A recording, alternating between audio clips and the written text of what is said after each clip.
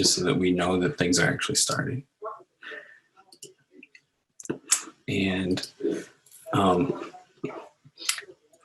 so really what we're going to do here is this is 4 slides long. Okay. It's really just to introduce myself and kind of what I do here at Purdue. And then from there, I'm going to give you some general advice on undergrad research. And then I'd like to kind of this to be maybe a Q&A type session. So if you've got questions, you can send them to me privately in the chat or send them publicly, and I will try to address those questions. So, you know, the main thing we're talking about is leveraging undergrad research experiences to improve your grad application. My name is Professor Howarder. One of the reasons I'm here talking to you guys right now is that I'm the director of the Purdue Undergraduate Research Office, Engineering Undergrad Research Office. So a little bit about myself. Some of you may have met me already through this Big Ten thing. My background is material science, materials engineering from Ohio State. I did my PhD here at Purdue back in the early 2000s, working on polymers. I did a postdoc on sustainable polymers, which then led me to my current joint appointment in environmental and ecological engineering, and also materials engineering. At any given time, I've got about 10 grad students in my group. That's actually reduced by about half because a lot of people graduated this year. And I've got about 3 to 5 undergrad researchers working in areas such as desalination membranes, oil water separations, bioplastics, that sort of thing.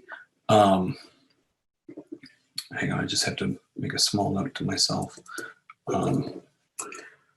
So in addition to this joint appointment, why does it make sense for me to talk to you about grad applications?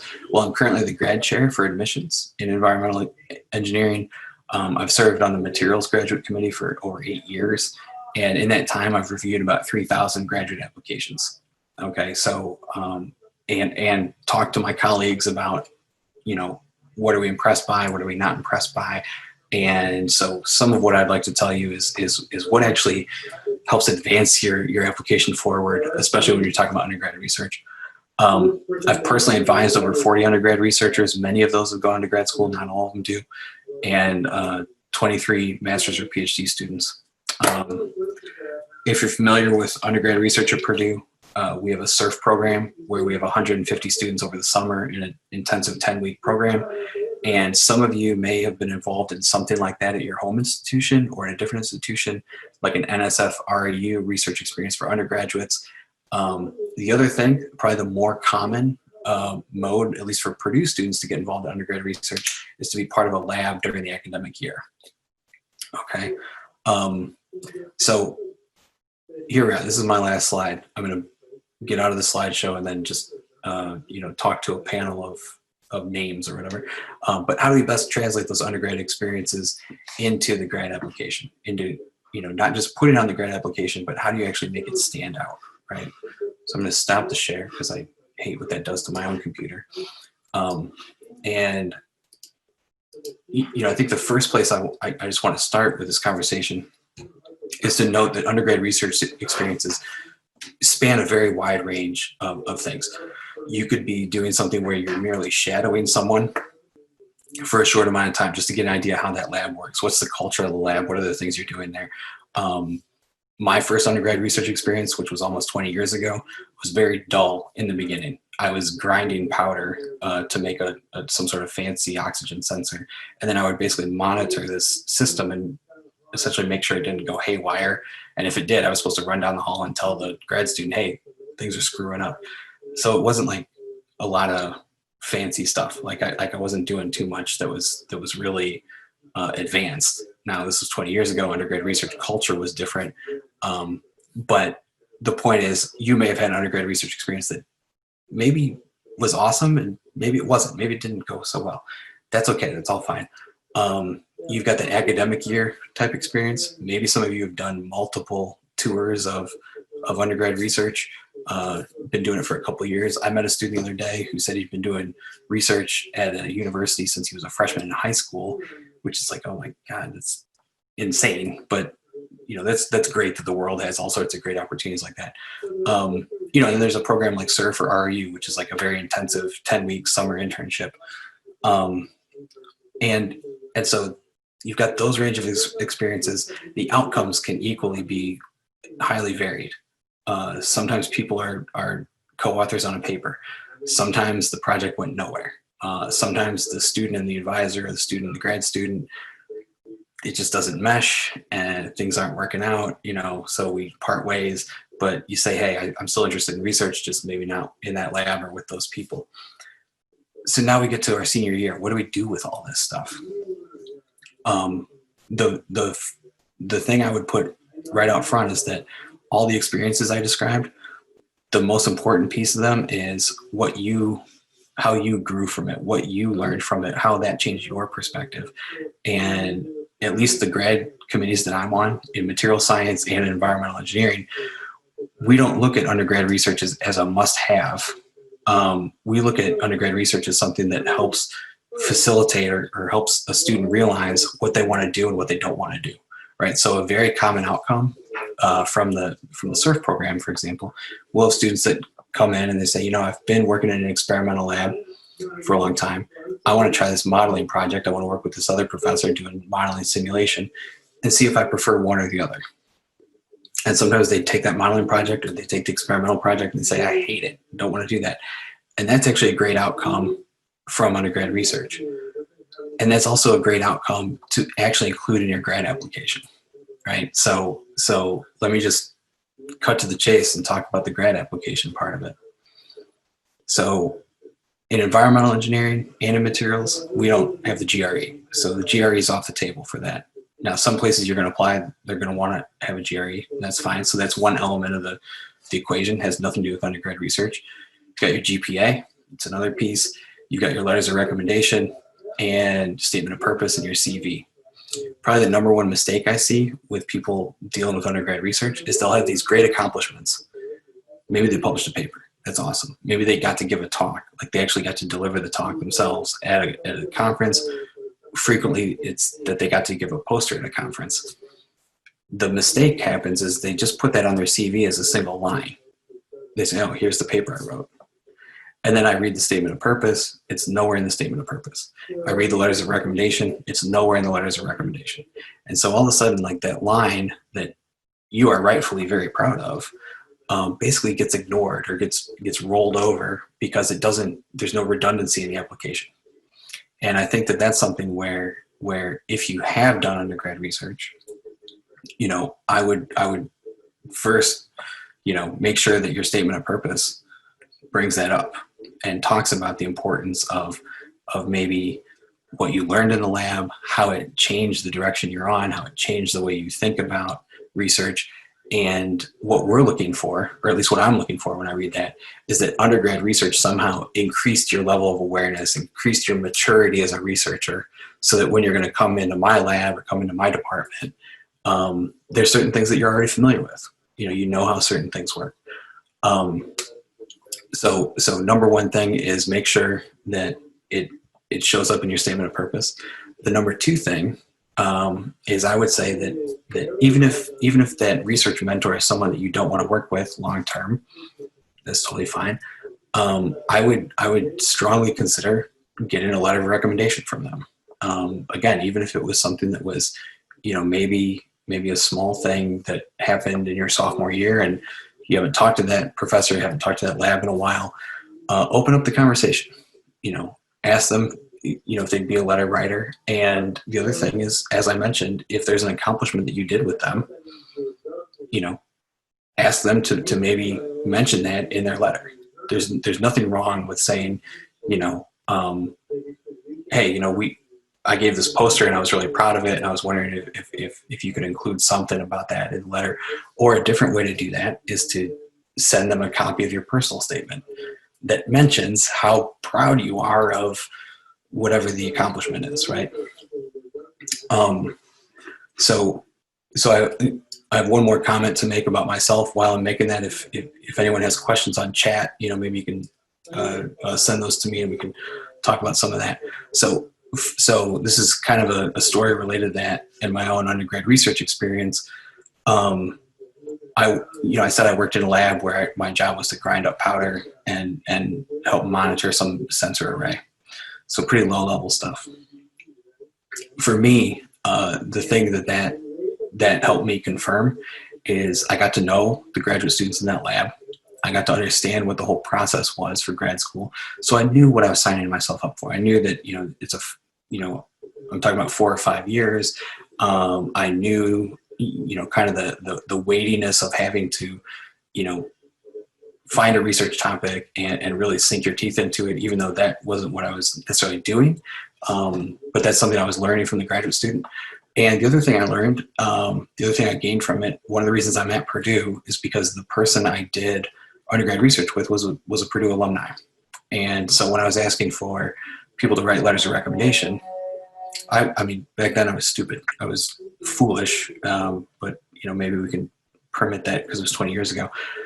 So I asked this person, hey, will you write me a letter of recommendation? I mean, I didn't say, hey, but I was a little more professional about it, but I asked him to write me a letter of recommendation. He asked, where are you applying? And I said, well, I don't know yet. And that was the part that was stupid. I hadn't done my homework yet.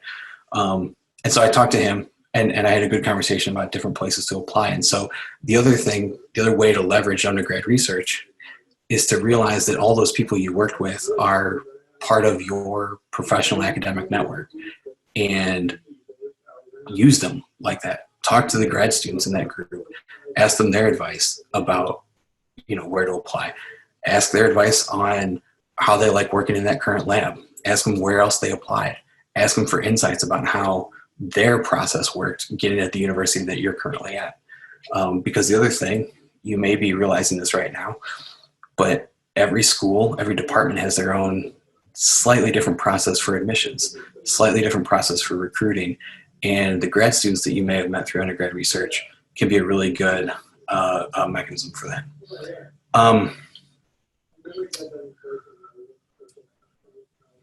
Okay, so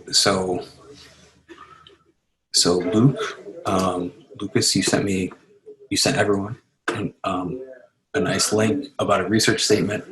I'm just doing a quick look at this. So first of all, the link that he sent, OWL at Purdue, I generally think that they have good advice. At least within Purdue, we have something called the Center for Career Opportunities, or something, the CCO, and they have a handbook on how to get a job. And within that handbook, there's also some nice instructions on how to apply for grad school, and it includes things about this research statement. I think that one thing I like that I'm seeing on the OWL site is it talks about your past research, past and present research. I mean, if we're honest about it, there's maybe not a lot of past research. There's not a huge history of it. So your past and present research, but the future trajectory, I think that's really important. So it's like I was mentioning before, we can do undergrad research and that can give us insights into what we like to do, or what we see as being maybe where our talents are or where they're not. And so if you can talk about those undergrad research experiences in how that's shaped the direction you want to go, I think that can be really helpful. And a lot of times, when we're reading applications, we're trying to understand the motivation for different students. Why do they want to get a PhD? Why do they want to get a PhD from my institution? So why do you want to come to Purdue? What is it about Purdue? And thinking about that beyond just the rankings can be important. And then what is it about the specific research groups you're mentioning that are there, right? So if you're familiar with some of the techniques that they use or some of the infrastructure that they have available to them, and you learn that from undergrad research, that's a great way to talk about that. So Sarah, I'll get to your question in a second. Someone asked me a question directly about, given the remote setting and the fact that academic labs are on hold, how do we take advantage of a remote experience that you can write in a statement of purpose, right? And so the SURF program, for example, we typically have 150 students every summer. This year we had to go remote. We could only have 85 students in a remote setting, partly because, the type of research I do desalination membrane stuff. You have to show up to the lab to do that. Like, there's no way I can do that remotely. And so students that were working with experimentalists like me, didn't have that opportunity. How do you talk about that? How do you talk about the missed opportunities of COVID in a statement of purpose? And I think that's where you talk about the intent, that you applied to, that if everything had gone as planned, you would have been doing undergraduate research over the summer. I think that the other thing that you can rely on is that the benefits that you get from doing undergrad research, some of those benefits have to do with those networks, those professional networks. And so, if you applied to a position and it got canceled, I would stay in contact with that professor, okay? Because research is continuing to happen, grants are continuing to be written and won, and we need to recruit people for next year. Just because we couldn't, unfortunately, host them in our lab doesn't mean we're not interested, right? And so, if that was a group you were thinking about working with, possibly, reach out to them again, and see what else is available. Right. So then the question from Sarah, do you recommend getting letters, or who besides the professor you're currently doing research with or that you've done research with? The advice I give kind of to any audience I talk to is if you have 3 letters of recommendation, you really want 2 of those 3 at least, and maybe all 3 to be from professors, if you can. And the reason for that is because professors know what it takes to go through grad school, and even if you had, a really great boss at an internship or something like that, if they don't know kind of what it takes to get a PhD, it's like their letter can be really strong, but maybe doesn't address all the concerns that an admissions committee is going to have, right?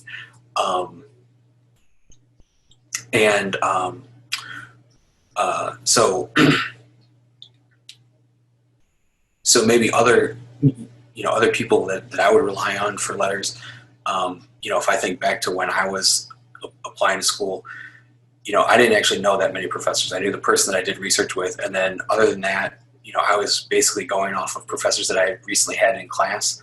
If you're in a program that does senior design, maybe your senior design advisor, even if you've only been working with them for half of fall semester, can be a good person to work with because they've seen you in a lot of different settings, a lot of different dimensions. Or if you had a class that involved projects or maybe a laboratory component, those are good people to maybe ask for letters of recommendation. From the faculty side of it, we're accustomed to writing letters of recommendation for a wide range of students.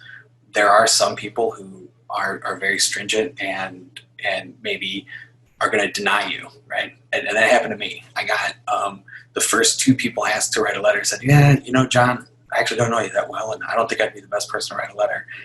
And, you just kind of have to take that for what it is and go to the next person on your list. I would say that if you get to the point where you're really stuck, one person to ask for advice might be your department head. Often your department head is willing to, maybe willing to write a letter or maybe willing to help you find someone, if you're looking for maybe a 3rd letter writer. So a few other questions. Someone who's interested in EEE, which is me, asks if the GRE is required. EEE doesn't require the GRE. Materials does not require GRE. Some schools at Purdue still do. Some schools are pausing that for COVID. But again, in terms of an evaluation, I have a very strong bias towards the statement of purpose. That is the number one thing I pay attention to. That's more important to me than GPA. It's more important to me than GRE, which obviously, isn't even on there. And so I would pay attention to how you write that statement of purpose. Have people review that. If there was a grad student you worked with, have that grad student take a look at your statement of purpose. Get feedback from more than one person, especially someone who's already in grad school or has gone through it. Okay, so Tom asked if we had a manager in an internship that went through grad school, would that be considered as highly as a professor? Yeah, I think so. And really, it's not that one is superior to the other. It's that essentially, basically, I'll get applications sometimes where it's 3 letters, all from industry people, and sometimes the letters from industry, there can be a gap in there in terms of things that they address. They talk about how great of an employee you are, and all sorts of great things you accomplished in that job. but it doesn't necessarily tell me, if they think you're going to be able to quote unquote like handle the coursework or something like that. And that's where having that academic perspective plus the industry perspective is going to be helpful. So again, from my own experience, I had 2 professors and 1 industry person write me a letter, and I think that's a totally fine formula. A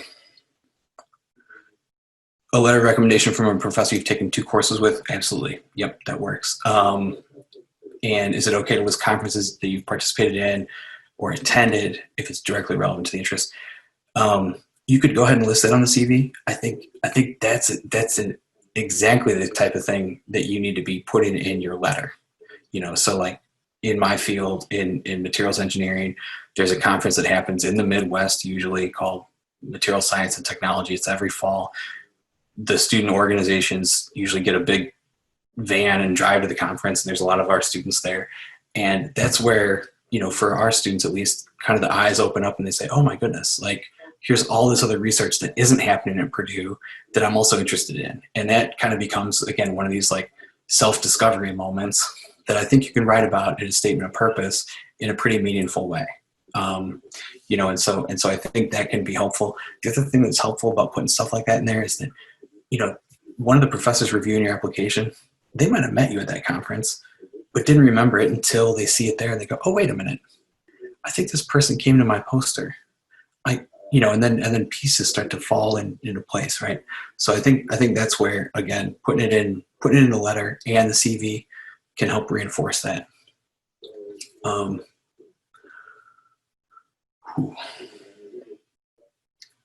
So if we're looking at a letter of recommendation, what am I looking for? Probably the number one thing that again stands out is that this person is familiar with the candidate they're writing about. Okay, so again, I've reviewed a lot of applications, and there's one year it stands out that we had one professor write almost the same letter for maybe like 3 or 4 people, and like once you realize that it's like, okay, this was the same letter, all of a sudden that doesn't mean as much. When they say, oh, they're the most outstanding person I've ever met. Well, no, they're not, because you said that about 4 other people too. And that's where I would, again, recommend, if you can have, even if it's not the most perfect statement and CV, send those to the professor or whoever's going to write the letter, so that they can say, oh yeah, like I forgot about all these other dimensions about this person that I also know about, that I can write about. And so, I think the best letters come from people that know you well, that can write an authentic letter. Obviously you don't have control over that, but how a little bit, the relationship that you're founding it off of. Just kind of scrolling back through, making sure I haven't missed anything. There's kind of a lot of questions on here. So a recommendation from a professor who's maybe toward the end of their career, or who has shifted their career, stopped teaching. Sometimes you have people that stop doing research. If you were working with maybe a senior professor as an undergrad, you might be one of the last people in their lab, for example. Getting a letter from them is just fine. There may be professors that you have a good working relationship with who are emeritus. There may be people that you're involved with as part of the student organization who are basically retired, but they can still provide a great letter. I would say if they know you well, that's a good foundation for that. So yeah, I think if I missed a question from someone, maybe repost it.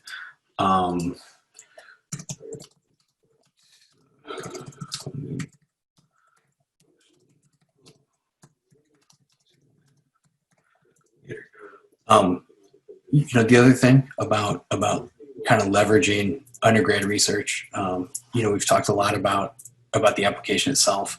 I kind of want to go back to this whole network thing. If you did undergrad research with someone, they are a key part of your network. In addition to asking them for a letter of recommendation, if you are interested in possibly working in that group, you should express that. Okay. You should let them know that you intend to apply to their own program, and ask them if they have available funding or if they're currently recruiting students. And if they say no, I would ask them if they have someone else that they would recommend. Okay. And to just give you a real scenario, like undergrads that work in my lab, a lot of times they're working directly with me, but there's also a network of collaborators that as an undergraduate, you don't necessarily get exposure to, right? Because, for an undergrad working in my lab, you're working 10 hours a week. I can't introduce you to everything. I'm not going to bring you to every meeting because it's just too dull for that, right? But there might be a year that I'm not recruiting someone, but maybe one of my collaborators is. And if someone was working on a project, they're actually interested in that, they want to keep going in that area, I may say, you know what, don't look at me, but here's 2 other professors here at Purdue that I know are hiring, and here's how it would be similar, here's how it would be different. And so I think having that conversation is really important. So get a letter from an advisor of an organization who maybe is not a faculty member, but they work at the university, is more administrative role. I think that's fine. But again, I would say, maybe 1 letter like that and 2 from faculty is good. You don't want all your letters to come from people who are just part of, maybe advisors for different clubs and organizations. But I think 1 of those is great because, again, it kind of shows, hey, this is a well-rounded human. It's someone, for me, things I'm looking for. Do you work well in teams, for example? So your undergrad research experience, there may have been a team component to that. The team might be you and the grad student, but do you get along with them? Can you communicate well with them? And so I think that's a case where that undergrad research letter can show up. One question that comes up a lot is, okay, so I'm coming into my senior year. I haven't done undergrad research. Do I need to do undergrad research? How do I find an undergrad research experience my senior year? At this point, if you want to go to grad school and you know why you want to go to grad school and you think you figured that out, I actually wouldn't worry about the undergrad research at this point. At this point, you should focus on finding a lab that you can do grad research in. Okay. And so the time that you would spend trying to find that undergrad research experience, just put that aside and use that as a way to use that time instead to figure out, okay, what group could I actually enter into? So to give everyone some raw statistics here, about 30% of Purdue undergraduates in engineering have some sort of research experience by the time they graduate. It's not a full thing always. It's not a full summer thing, whatever. Also, about 1/3 of our students go to grad school, but it's not the same third. Okay, so there's plenty of people that get into grad school, that go to grad school that never did an undergrad research thing, and vice versa. So just keep that in mind. I need to take a pause here so I can take a look at the questions. You guys have a bunch of new ones for me.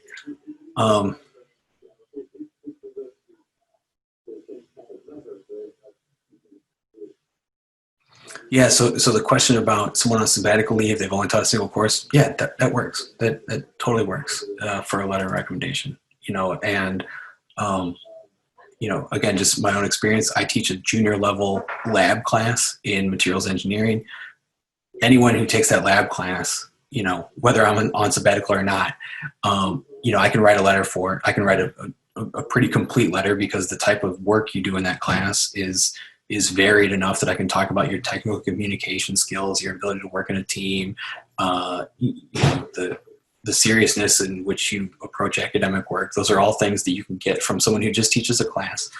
And again, like we can get email from anywhere in the country. So sabbatical doesn't really matter, but maybe give them a little more advance notice because they might not be checking emails frequently, for example. For the CV, online courses, certificates, trainings, add those. Yeah, absolutely. But again, this is where, your statement of purpose, it's like, why were those important to you? What did you learn from them?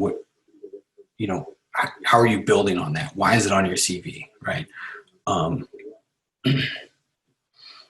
Letter from a NASA internship. Yeah, that totally works. I think where, again, like 1 letter from NASA is great. 2 letters from NASA is fine. If all 3 letters are from NASA, it's like, wait a minute, like, why no professors? You know, this, like you were at the university for 4 years, and you know, is there one person from the university? So I think just keep in mind that you know, we want to have balance on there.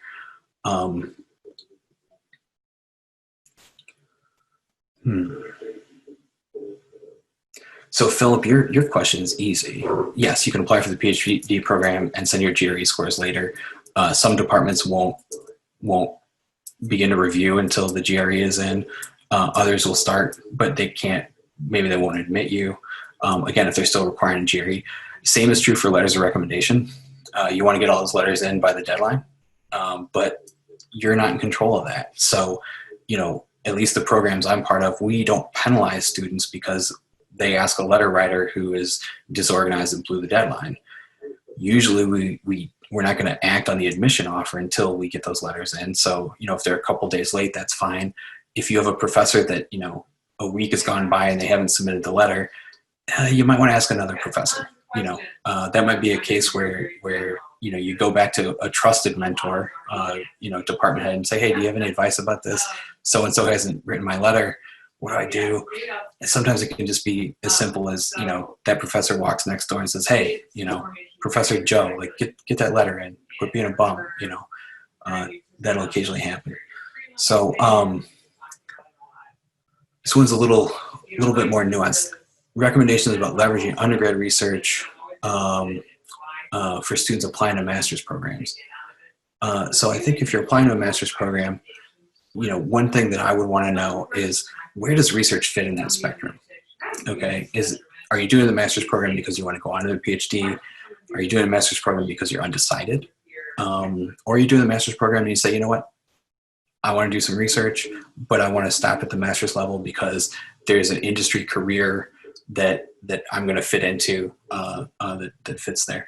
And all the things I've said about how we use undergrad research, that still applies for the master's. But I just think, you know, whether your objective is a master's or PhD, to be as honest as you can about how you see your career unfolding.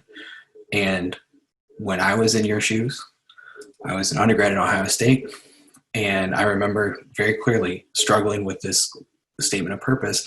And finally, I just kind of said, you know what, I'm just going to be as blunt as I can. And I said something along the lines of, I've taken one class in all these different topics. They're all very interesting, but I don't have a direction.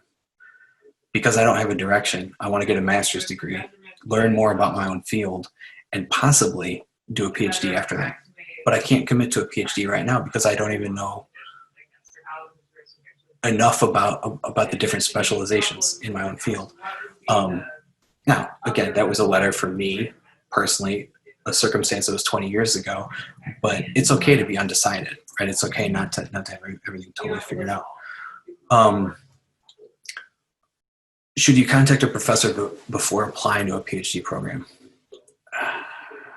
This is like a super challenging question. It's mixed. Okay, so there's a lot of professors, a lot of departments even that say, don't contact our professors, just please apply. We look at everything. Don't worry about it. Don't sweat it. And I think that sentiment comes from years of professors getting emails where a person emails everyone in the whole department the exact same thing.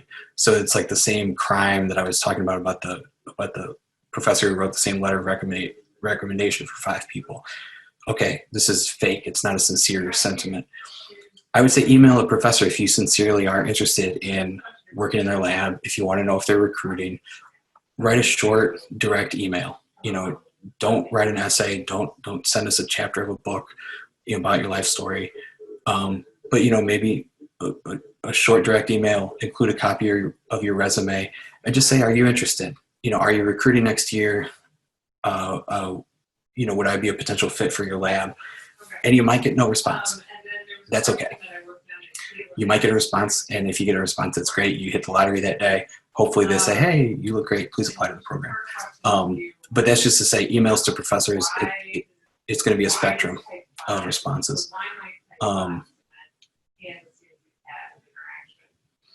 If you have research experience but no internship experience, that was basically me.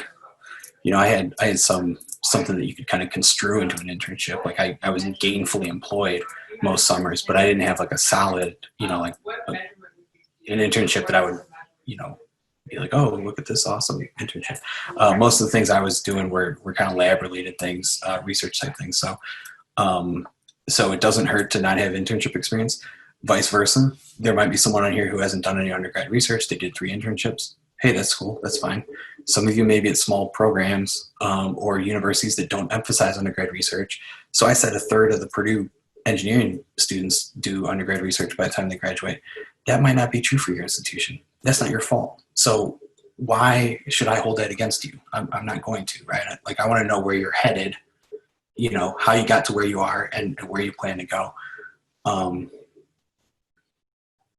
Professor outside of STEM? Yeah, absolutely. I think that works just in the same way that the advisor for the student organization, all that can work. That's fine.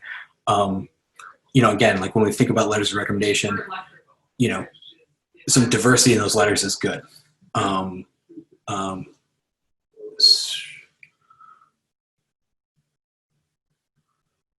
Sorry, just looking back and making sure I haven't skipped anything. Oh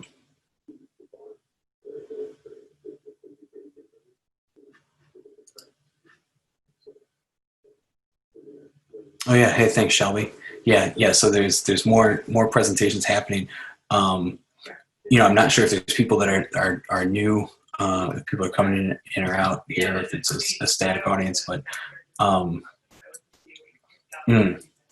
okay. So Ismail put a nice question out to everybody. This is something that I think comes up a whole lot.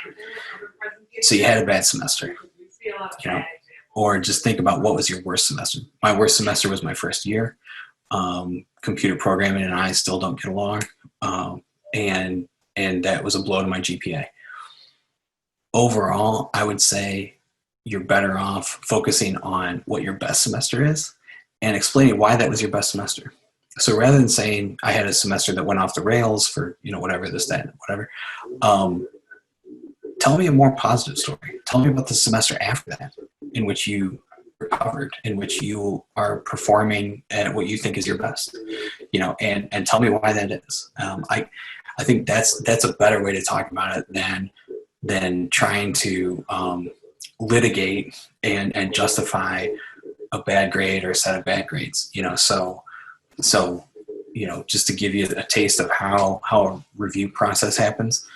Get a stack of applications. The GPA is right on the front page, along with whatever degree you're going to apply to, along with whatever professor you're interested in. And if the GPA is a little bit low, maybe you flip over and you look at the transcript. Usually not, and then you look at the transcript and you go, okay, so this person obviously doesn't like chemistry. They got some low grades in chemistry, but they got high grades in mechanics.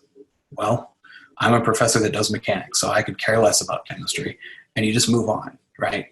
And I think some of that is maybe just being realistic about what your own strengths and weaknesses are, right? So like I just said, I'm not good at computer programming, and my career shows that I have avoided computer programming at every turn. I'm a person who does a lot of chemistry. That's my group. I work in fume hoods. If you ask me to I don't know, do anything on the internet, I'm just like, do I have to? I'd rather mix up chemicals that could possibly, explode and kill me rather than sit in front of a computer. So I think again, the overall punchline is focus on the positive stuff, and do that.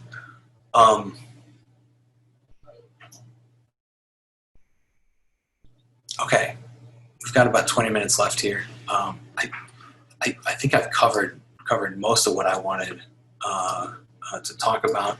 Obviously, please put more questions up here if you want.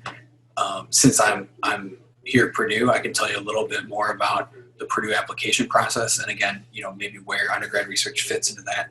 I mentioned talking to prior professors and just see what their recruiting situation is. At Purdue, we have a mechanism to actually start students the summer before the fall of their first year of grad school. And in fact, I've hired people as early as January of their senior year. Those are people that have worked with me before, and we say, hey, you're doing great undergrad research, it's your senior year. You plan to apply for grad school, and if they are, sometimes I'll just come right out and I'll say, look, I'll offer you a position starting in January if you stick with me, right? So again, that's a situation that works if your current undergrad research is something you like to do and want to keep doing. But again, every professor is different, every situation is different. You want to be open for that.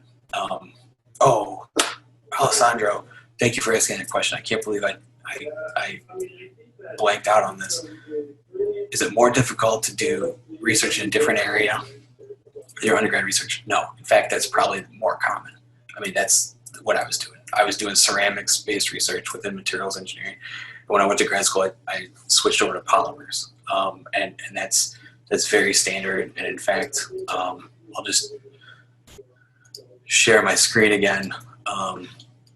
For anyone who's recently here. So my own history. I was doing undergrad research in what was essentially a metallurgy department, and the person I was working with, I really liked as a person, and I liked the grad students I worked with, but I didn't really like the research I was doing. I was like sensors and ceramic oxygen sensors wasn't my thing. And so when I went to grad school, even though I said I was pretty undecided, like I also had a list of things I didn't want to do. And so I made a pretty strong pivot, at least within my own discipline, to focus on polymers and not hard materials, not metallurgy, not ceramics. And then I made an additional pivot when I did a postdoc to start looking at environment and sustainable type things and how materials and the environment intersect with each other. And so that sort of pivot, if you're going to be in research long term, that's going to happen multiple times in your career. Even if you're working in industry, if you're doing great work, your manager, your boss, somewhere up the chain may reassign you, say, hey, you've done such great work in this division. We need you to help start this other program. We need you to launch this thing. And the reason I can say with confidence that that's going to be part of your career is that research, by definition, is always at the cutting edge. So as we accomplish things, as we discover things, as we solve problems, all of a sudden that research focus has to shift. Someone, within kind of sustainability area the other day was complaining that, solar funding for solar is drying up. Well, why is it drying up? Well, because they've been really successful, and now it's actually pretty commercializable, and it's like the research needs are shifting. We don't need as much research there now. So someone that spent time, maybe you were doing stuff like that in an undergrad research lab, that project is coming to a close. And so there's forces outside of your control that may dictate switching topics. Someone's asking, are there funding for the master's research program at Purdue with teaching and research assistantships? This is going to be very discipline specific. And so, for environmental engineering, for example, we have a lot of master's students in our program, but our teaching assistantships are preferentially put to our PhD students. And that's because we made a commitment to ourselves that we want to make sure our PhD students are fully funded. And so a lot of times there's less of that available for master's students. But that's true for environmental. If you're interested in ECE or chemical engineering or mechanical engineering, they may have a different program, and they may actually put more of their master's students in the TA positions. And so that's something where you're just going to have to look at each program individually for that. But I think having the financial situation clarified, I think, is a very important thing. Whether that means it's a self-funded or a stipend situation, you want to be joining a department that can give you a straight answer on what, what's ahead, right?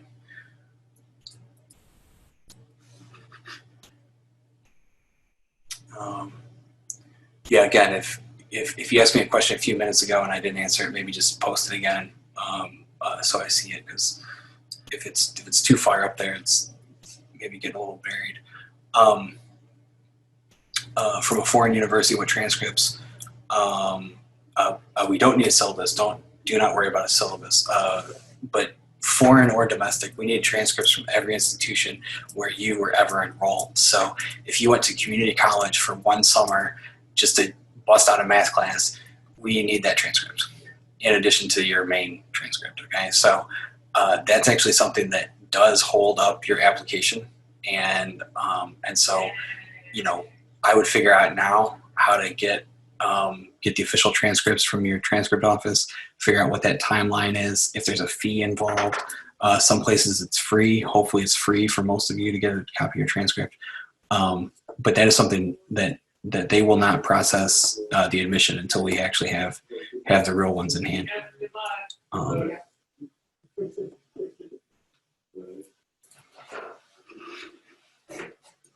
Yeah, okay, I'm gonna stop sharing here for a second.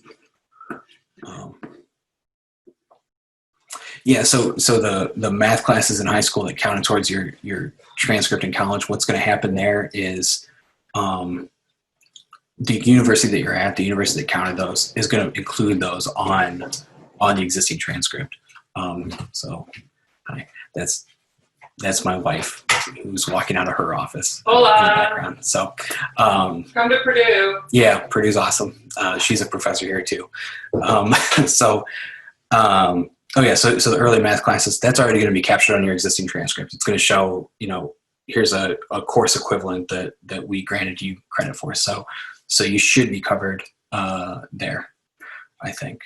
But I mean, look, to be honest, like I'm not saying this to scare anyone. Like if we get to the point where we want to admit a student and there's a hiccup with the transcripts, we just email them directly. We say, hey, get this figured out, get us an official version, and it's not going to go through until then. But by that point, like, we want you to come to Purdue. Like we're not looking for some ticky-tack way to reject you at that point. So we can be patient with it. But like the same is true, like if you're coming from an international school with TOEFL scores, like we got to have the official TOEFL scores and things like that.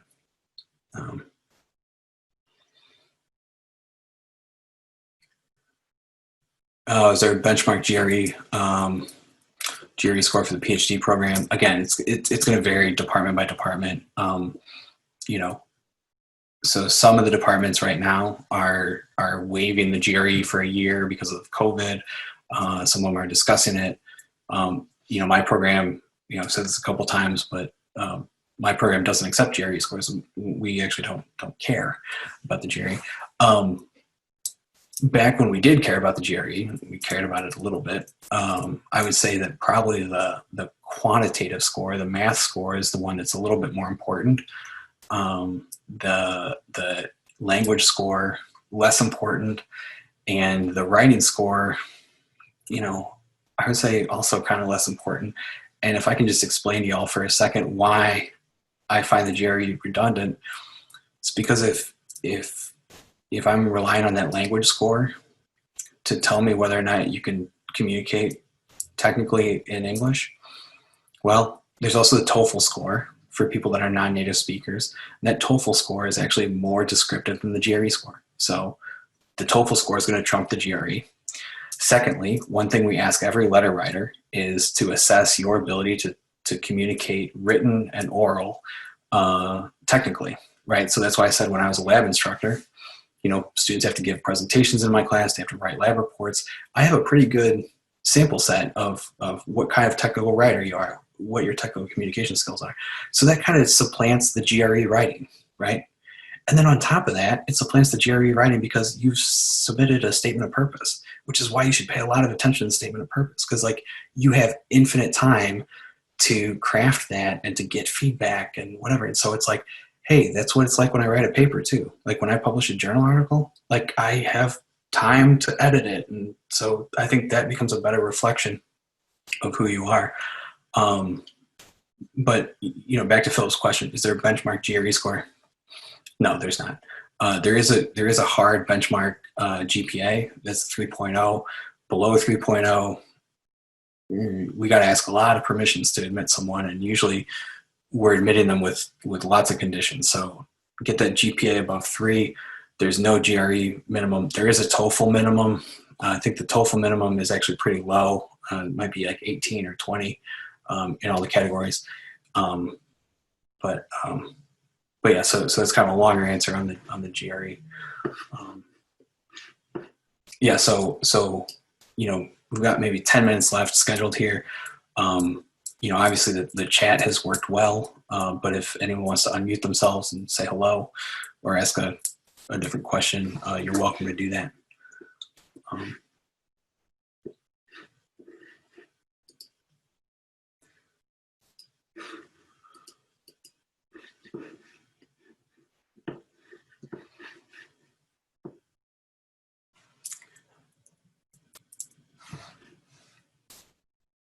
Ooh, okay, so Grant, you've got a complicated situation in which I would probably say getting the transcripts from both schools is going to be your best bet.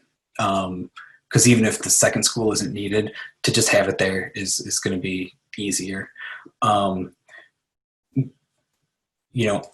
would say the last thing. Oh, okay. So Chioma says her undergrad GPA is on a 5 scale. Do you convert it to 4? You don't have to. I think there's an automatic conversion that happens with our application system. The last thing that I'll mention to everyone that I guess I could have mentioned this earlier in the hour when our audience was bigger. But if you're going to apply for fellowships, like NSF fellowship, put that in your application. Say that you applied for the NSF. Let us know. Because again, that becomes also an indicator of your seriousness, your preparation for this, and often that can be an outcome of the undergrad research experience itself. Is that from that experience you were then better prepared to write that NSF application. So I think those are also things to maybe include.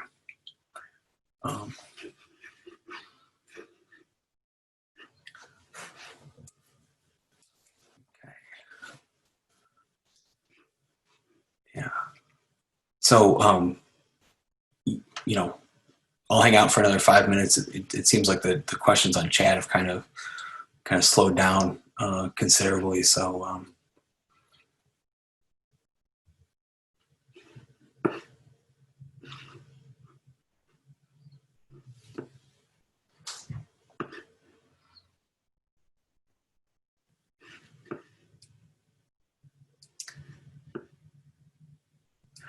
So, so Josh asks, should we take the GRE even if it's not required? 2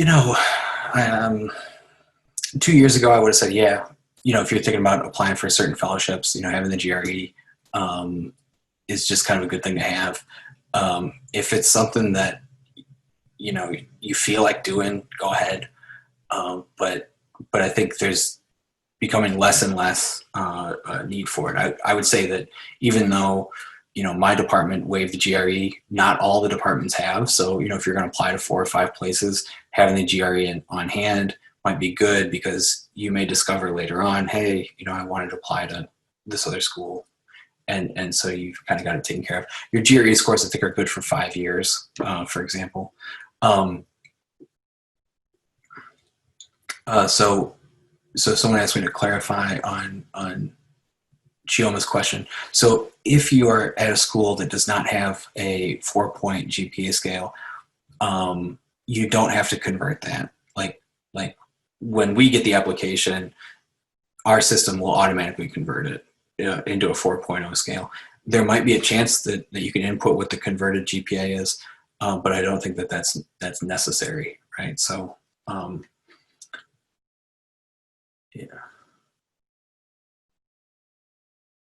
And then, and then again, just on the transcript thing, I think to be safe, requesting the official transcripts from every place you've done any schoolwork, even if it was something that's transfer credit, is probably a smarter way to do it. And am I recruiting students for my own lab in fall 2021?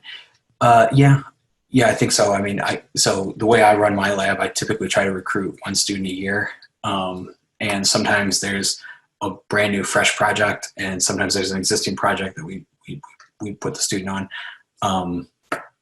But I think if I just plan to recruit one student a year, it just kind of keeps things consistent. So I don't have years where I'm recruiting 5 people and then no one for a couple of years. And, you know, but again, like I'm the kind of person where if you email me and say, hey, you know, how does my CV look, or, you know, could I work with you? Usually I'll say, hey, you know, apply to our program and we'll see. Cause, does Purdue have interdisciplinary research?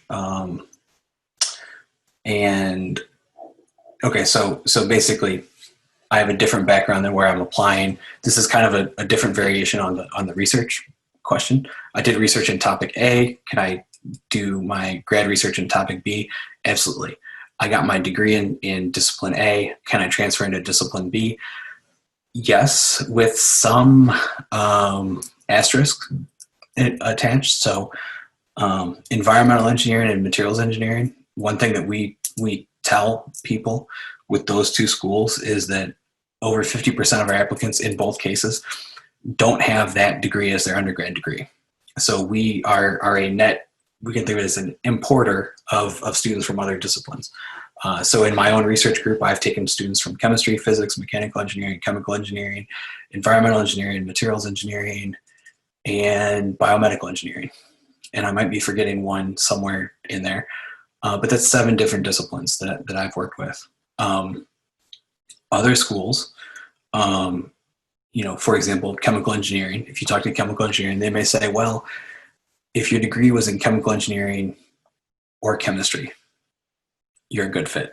And it may not be too much broader beyond that.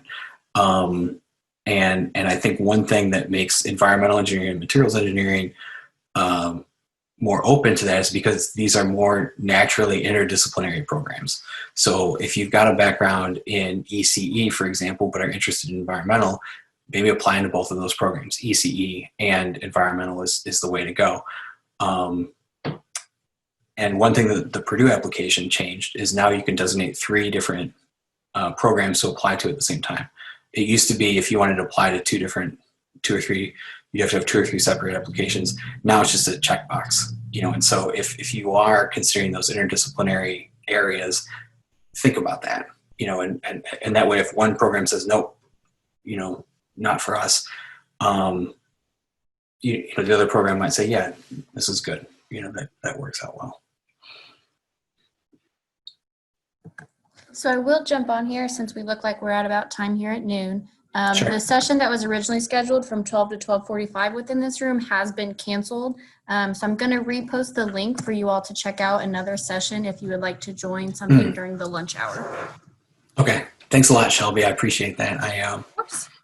Yeah, I forgot that this is a common room for everyone. So when I showed up and there were like 45 people, I was like, No problem. But yeah, please check out that link if there is a session you would like to attend over the lunch hour.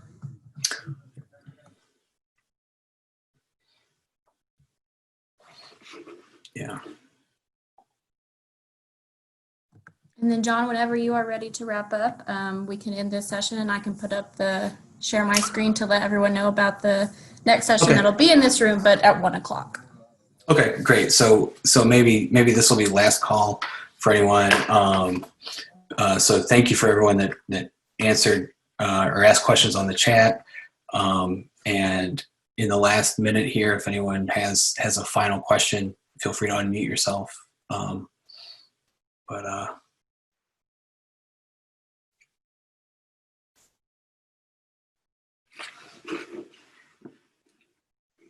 Yeah. All right. Well, good. Good. I'm glad this helped folks. You know, again, you know, I can speak from my own experiences from these 2 disciplines, but you know, I think with the undergrad research, some of those things are universal. It's not just for engineering, but really any grad school application is going to work for that. So.